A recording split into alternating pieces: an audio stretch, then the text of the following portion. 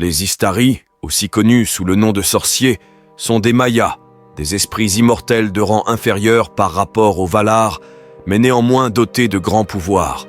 Les Valar, les esprits les plus puissants et régisseurs du monde, ont créé les Mayas pour les aider dans leurs tâches de protection et de gestion d'Arda, le monde créé par Ilúvatar. Lorsque Sauron, un autre Maya corrompu, a commencé à retrouver sa puissance et à menacer la Terre du Milieu, les Valar ont réalisé la nécessité d'une intervention pour contrecarrer ses plans, sans toutefois s'immiscer directement. Conscients des limites de leur intervention directe et désireux d'éviter les erreurs du passé, où la puissance brute avait causé autant de destruction que de salut, les Valar décidèrent d'envoyer des émissaires qui pourraient conseiller et unir les peuples libres. Les Istari furent choisis parmi les plus sages et courageux des Mayas. Ils avaient pour mission d'inspirer et de guider, sans jamais se révéler sous leur forme véritable, ni imposer leur volonté par la force. Les Valar préféraient favoriser la croissance et la compréhension des peuples mortels, plutôt que de dicter ou de contrôler leur destin. La mission principale des Istari était d'aider les habitants de la Terre du Milieu à se préparer et à résister à la montée en puissance de Sauron.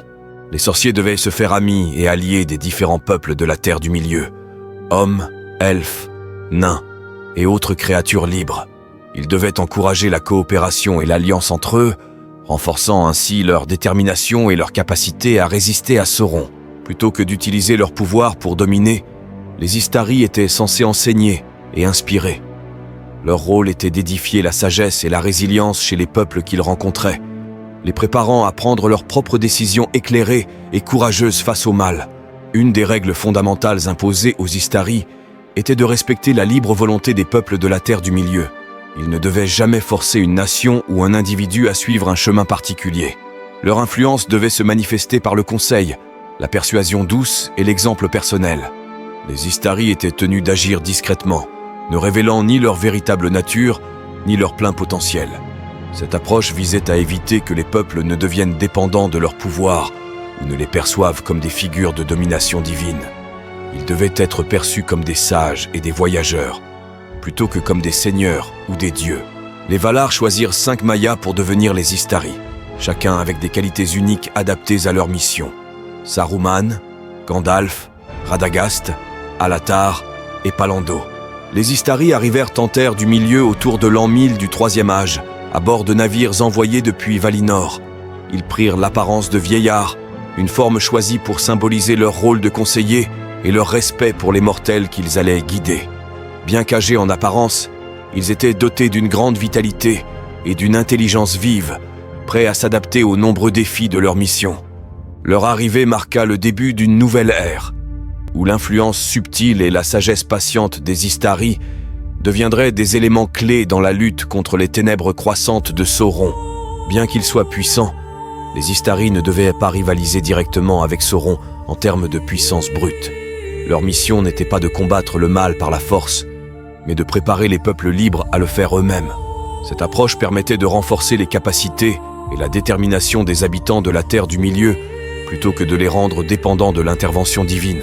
Tant que leur mission en Terre du Milieu n'était pas achevée, les Istari ne devaient pas retourner à Valinor. Cette restriction symbolisait leur engagement envers leurs tâches et leur devoir de rester jusqu'à ce que Sauron soit vaincu. Les Istari devaient résister à la tentation de l'anneau unique. Bien qu'il offrît un pouvoir immense, son influence corrompait inévitablement ceux qui cherchaient à l'utiliser pour le bien. Les Istari savaient que succomber à cette tentation signifierait leur chute et le triomphe du mal. Saruman, à l'origine nommé Kurumo, était un Maya, un esprit immortel servant les Valar. Il fut choisi par Aulé, le Valar de la forge, de la connaissance et de la fabrication, pour devenir l'un des Istari envoyés en Terre du Milieu. Saruman était réputé pour son intelligence, sa capacité à comprendre les forces qui régissaient le monde matériel et sa maîtrise des savoirs anciens et des techniques. En tant que représentant d'Aulé, il devait utiliser ses talents pour aider les peuples libres à contrer Sauron. En arrivant en Terre du Milieu, Saruman prit le nom de Saruman le Blanc, symbole de pureté et de leadership parmi les Istari. Il fut reconnu comme le chef des sages, une position qui le plaça naturellement en avant dans le Conseil Blanc, une assemblée formée pour lutter contre Sauron. Le Conseil Blanc a été formé vers l'an 2463 du Troisième Âge pour contrer l'obscurité croissante, et malgré le souhait de Galadriel que Gandalf soit à la tête du Conseil, Saruman a été nommé chef et il a refusé de se retirer. C'était aussi cette même année que Sméagol avait trouvé l'anneau unique. Après la formation du Conseil Blanc, Gandalf avait commencé à s'intéresser aux hobbits de la comté. Et Saruman a commencé à espionner Gandalf, craignant qu'il ne gagne plus de pouvoir. Saruman espionnait Gandalf pendant qu'il était dans la comté. Mais finalement, les hobbits ont commencé à le remarquer. Alors, finalement, Saruman a envoyé des espions dans la comté pour surveiller Gandalf. En l'an 2759 du Troisième Âge, Saruman est devenu le gardien d'Isengard, avec la permission de Beren le gardien du Gondor, car elle avait été abandonnée depuis longtemps par les hommes du Gondor. Saruman s'établit à Isengard, où il s'entoura de savoir et de technologie, étudiant les arts de la création et les forces de la nature. Fasciné par les secrets du pouvoir et de la domination, il chercha à comprendre les mécanismes qui avaient permis à Sauron et Morgoth avant lui d'exercer un tel contrôle sur la Terre du Milieu. Son rôle de chef du Conseil Blanc lui permit de rallier et de diriger les efforts contre Sauron, mais aussi d'accumuler une grande influence parmi les peuples libres. Cependant, cette position l'exposa également à la tentation de la puissance et à la peur que Gandalf, son rival parmi les Istari, ne le supplante. La jalousie de Saruman envers Gandalf commença à grandir au fur et à mesure que ce dernier s'imposait comme un conseiller respecté parmi les peuples libres. Tandis que Gandalf restait humble et engagé dans sa mission, Saruman se laissait séduire par le pouvoir et l'idée de prendre lui-même le contrôle de la Terre du Milieu pour instaurer un nouvel ordre. Son obsession pour l'anneau unique devint un point central de son déclin. Saruman était convaincu que posséder l'anneau lui permettrait de surpasser Sauron et de devenir le maître du monde. Pour cela, il dissimula des informations cruciales au Conseil Blanc, espérant trouver et maîtriser l'anneau avant Sauron. Sa jalousie, associée à sa peur de l'influence croissante de Gandalf, le conduisit à espionner son rival et à manipuler les événements pour le discréditer. Dans sa quête de pouvoir, Saruman finit par former une alliance factice avec Sauron, pensant pouvoir le supplanter. Il devint le seigneur d'Isengard et commença à fortifier son domaine avec les Uruk-hai, une race de guerriers orques capables de combattre avec une férocité redoutable. Saruman utilisa le Palantir d'Orthanc, une des pierres de vision, pour communiquer avec Sauron et espionner les mouvements de ses ennemis. Cependant, cet outil devint également une chaîne qui le lia de plus en plus à Sauron, corrompant son esprit et réduisant sa capacité à voir au-delà de ses propres ambitions. Plus tard, lorsque la communauté essayait de passer par le col de Caradhras, Saruman a également commencé à conjurer des tempêtes pour les gêner et maintenir la neige abondante sur la communauté, de sorte qu'ils ne pouvaient pas traverser les monts brumeux, mais devaient plutôt prendre un autre chemin. Saruman lança ses armées contre Rohan, espérant s'emparer de cette terre stratégique pour étendre son influence et asseoir son pouvoir. Son attaque contre le royaume de Théoden mena à la bataille de Fort-le-Corps, où il chercha à écraser les Rohirrim par la force brute de ses troupes. Cependant, ses plans furent contrecarrés par l'Alliance des peuples libres, dirigée par Gandalf et ses alliés. La résistance acharnée, combinée à l'arrivée de Gandalf avec les cavaliers d'Erkenbrand, mena à la défaite de Saruman. Après sa défaite, Saruman se retrouva assiégé à Isengard par les Ents de Fangorn, conduits par Sylvebarbe, qui détruisirent ses fortifications et neutralisèrent sa puissance militaire. Gandalf, désormais Gandalf le Blanc, se présenta à lui et le priva de son statut au sein des Istari, brisant son bâton et l'expulsant du Conseil Blanc.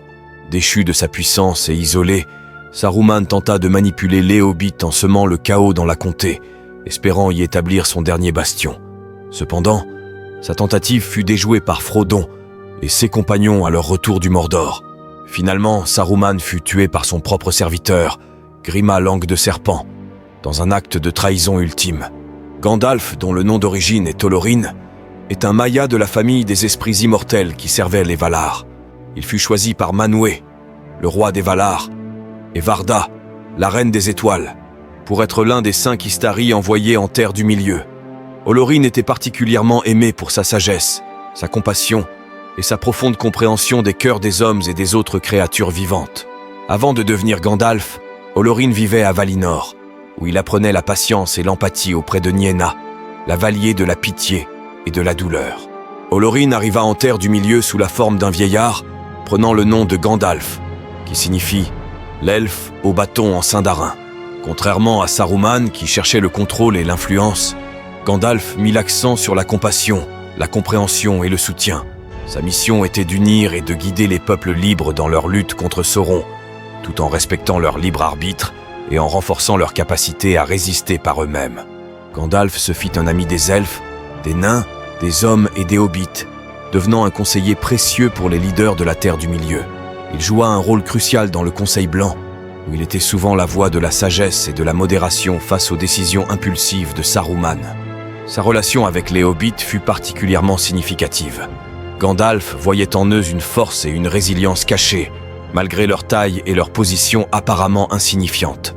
Gandalf joua un rôle déterminant dans l'organisation de l'expédition d'Erebor, convainquant Thorin écu de Chêne de récupérer son royaume et son trésor des griffes du dragon Smaug. En introduisant Bilbo dans l'aventure, Gandalf permit non seulement la libération d'Erebor, mais aussi la découverte fortuite de l'anneau unique.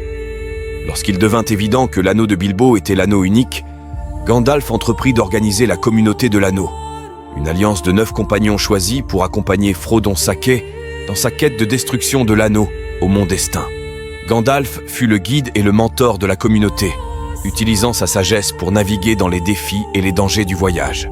Gandalf joua un rôle crucial dans les batailles majeures de la guerre de l'anneau. À Fort-le-Corps, il arriva à temps pour secourir Rohan, apportant renfort et espoir aux défenseurs assiégés. À Minas Tirith, il prit la tête de la défense de la cité contre les forces de Sauron, organisant les défenseurs et inspirant les soldats à résister face à des forces écrasantes. Lors de la traversée des mines de la Moria, Gandalf affronta un Balrog, une ancienne créature de feu et d'ombre, pour permettre à la communauté de s'échapper. Après un combat titanesque, il parvint à vaincre le Balrog, mais au prix de sa propre vie. Cependant, son sacrifice ne fut pas en vain.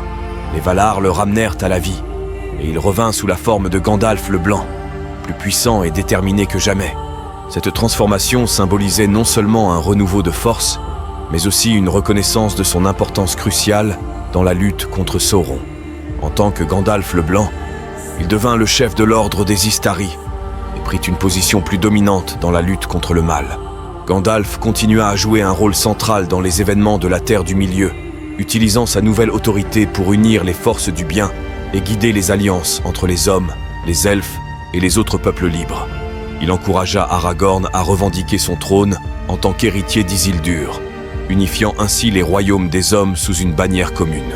Son leadership durant la guerre de l'anneau fut essentiel pour maintenir le moral et la cohésion des forces de la Terre du Milieu, permettant finalement la défaite de Sauron lorsque Frodon et Sam achevèrent leur quête au Mont Destin. Après la destruction de l'anneau unique et la chute de Sauron, Gandalf compléta sa mission.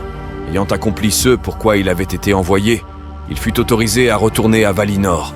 Son départ marqua la fin d'une ère en Terre du Milieu, mais son héritage perdura à travers les royaumes unis et la paix qui suivit. Gandalf est souvent considéré comme l'un des plus grands héros de la Terre du Milieu, non par sa puissance, mais par sa sagesse, sa compassion et sa capacité à inspirer les autres.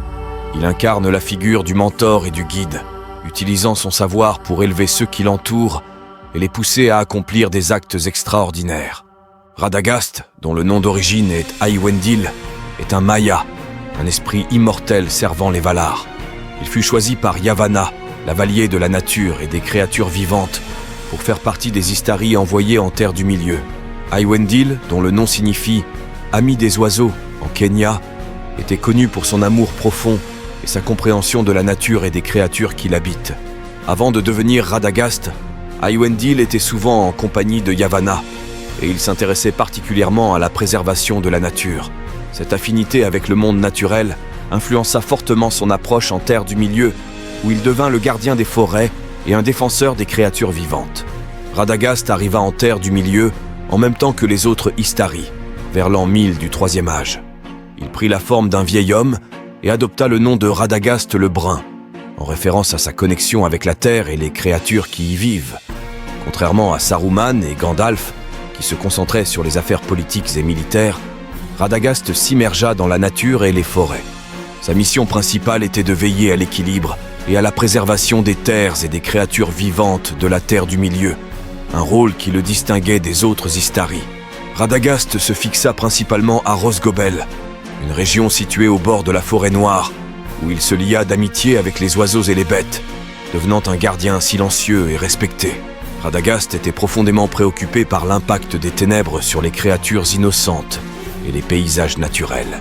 Sa connexion avec la nature le rendait particulièrement sensible au déséquilibre causé par la montée de Sauron.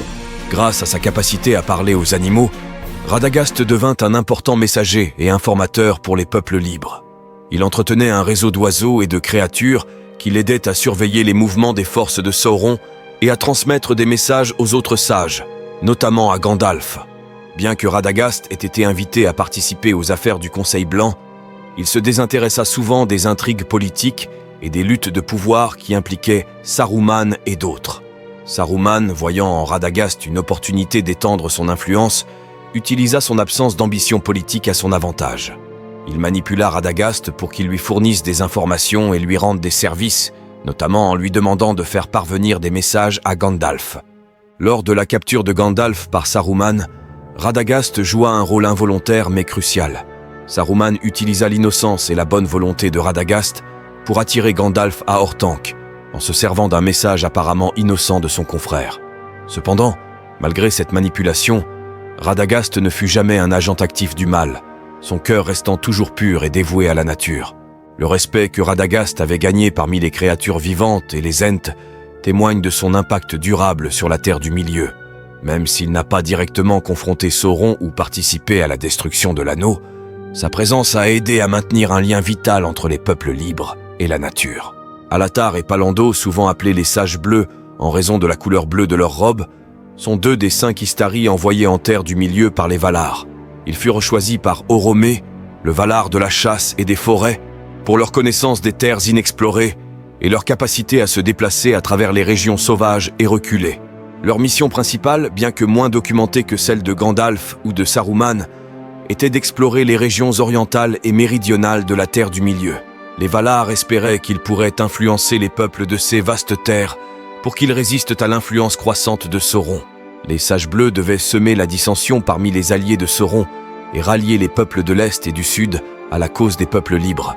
Leur tâche était complexe, car ces régions étaient souvent sous l'influence directe ou indirecte de Sauron, avec des cultures et des traditions distinctes de celles de l'Ouest. Contrairement à Gandalf et Saruman, qui jouaient un rôle actif dans les affaires de l'Ouest, les Sages Bleus se sont enfoncés dans des territoires peu connus, emportant avec eux leur mission de découvrir et de contrer les influences maléfiques. Pendant le Deuxième Âge, ils ont causé une grande désorganisation dans les factions de l'Est, avant de revenir à l'Ouest à Valinor, pour ensuite revenir une fois de plus au Troisième Âge en Terre du Milieu. Lorsqu'ils sont revenus au Deuxième Âge, cela a coïncidé avec l'apparition de Glorfindel en Terre du Milieu vers l'an 1600 du Deuxième Âge, à peu près à l'époque où l'anneau unique a été forgé, ce qui les a rendus compagnons de l'elfe. Le destin d'Alatar et Palando reste l'un des grands mystères de l'histoire de la Terre du Milieu. Tolkien a laissé leur sort largement inexpliqué, ce qui a donné lieu à de nombreuses spéculations et interprétations parmi les lecteurs et les érudits. Il est possible qu'ils aient réussi à influencer certains peuples de l'Est, ralentissant ainsi l'avancée de Sauron et créant des poches de résistance. Leur présence aurait pu semer la confusion et la dissension parmi les alliés de Sauron, compliquant ses plans pour conquérir la Terre du Milieu. Une autre possibilité est que les Sages Bleus aient échoué dans leur mission, subissant l'influence corruptrice de Sauron ou se perdant dans les cultures complexes des régions orientales. Ils auraient pu être vaincus, oubliés ou intégrés dans les sociétés qu'ils devaient influencer, perdant ainsi de vue leur mission initiale. Il est également concevable qu'Alatar et Palando aient établi de nouveaux cultes ou ordres de sagesse, tentant de transmettre leurs connaissances aux peuples locaux. Leur impact pourrait avoir été moins direct mais plus philosophique, inspirant de nouvelles traditions et modes de pensée qui pourraient un jour résister à Sauron. N'hésitez pas à rejoindre ma newsletter, le lien se trouve en description. Si vous avez apprécié cette vidéo, celle-ci pourrait vous plaire également.